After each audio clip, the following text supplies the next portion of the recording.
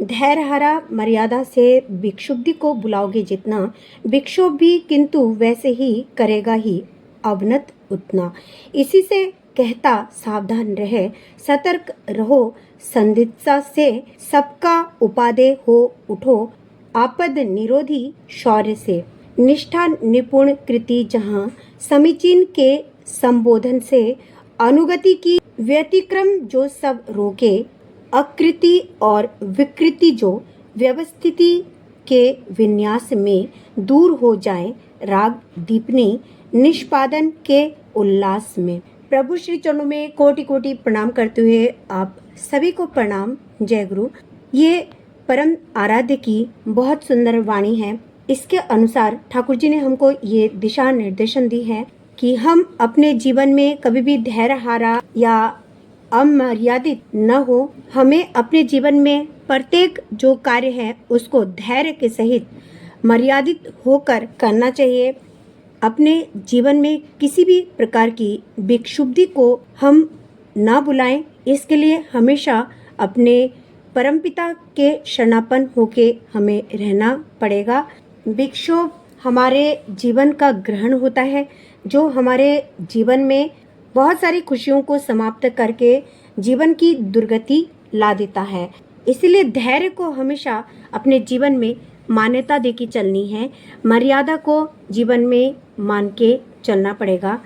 अपने प्रभु श्री चरणों के प्रति निष्ठावान और निपुण होके हमें रहना पड़ेगा और अपने ठाकुर जी के अनुसार अपने जीवन को चलाना पड़ेगा।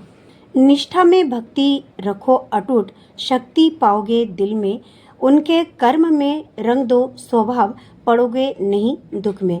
यदि इष्ट के प्रति हमारी निष्ठा भक्ति अटूट रहे तो हम जीवन में कभी भी बिखरेंगे नहीं। हमारी जो शक्तियाँ होंगी वो परिपूरित होंगी।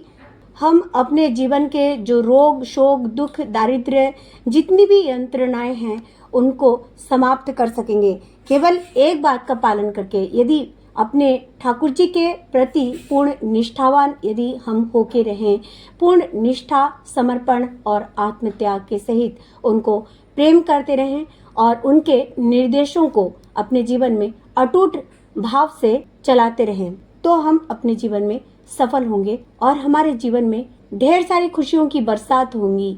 परम आराध्य ने अहंकार से जुड़ी एक बहुत सुंदर बात कही है कि अहंकार से आसक्ति आती है, आसक्ति से आती है अज्ञानता और अज्ञानता ही है दुख। अतः हमें अहंकार से बचना पड़ेगा, क्योंकि यदि हम अहंकारी होते हैं तो इससे आसक्ति हमारे हृदय में घर कर जाती है और यदि आसक्ति आ जाती है तो हमारे जीवन में अज्ञानता का संचार हो जाता है और अज्ञानता ही समस्त दुखों का कारण है।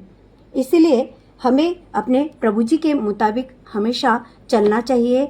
अपने दुखों से यदि हम बचना चाहते हैं तो इस अहंकार को हमें त्याग करना पड़ेगा और आसक्ति रूपी रेत में बहुत दूर आगे नहीं जाना। अपने हाथों से गुरु सेवा करने पर अहंकार पतला होता है। ये हमारे जीवन को उन्नति की ओर ले जाती हैं, हमारे जीवन को शांति प्रदान करती हैं। यदि अपने हाथों से हम गुरु की सेवा करें, अपने सास ससुर, अपने स्वामी और अपने परिवार के जनों की सेवा करें, तो इससे हमारे अंतर्मन में जितनी भी गलत बातें उनका समापन हो जाता है, साथ ही अहंकार का नाश होके हमारे जीवन का उद्धार हो जाता है, स्वयं ही ज्ञान का संचार हो जाता है। एक अहंकार के नाश से आसक्ति का नाश हो जाता है और आसक्ति के नाश से अज्ञानता का नाश हो जाता है और अज्ञानता के नाश से हमारे जीवन में ज्ञान का संचार हो जाता है, सुखों का संचार हो जाता है, शांति का संचार हो जाता है।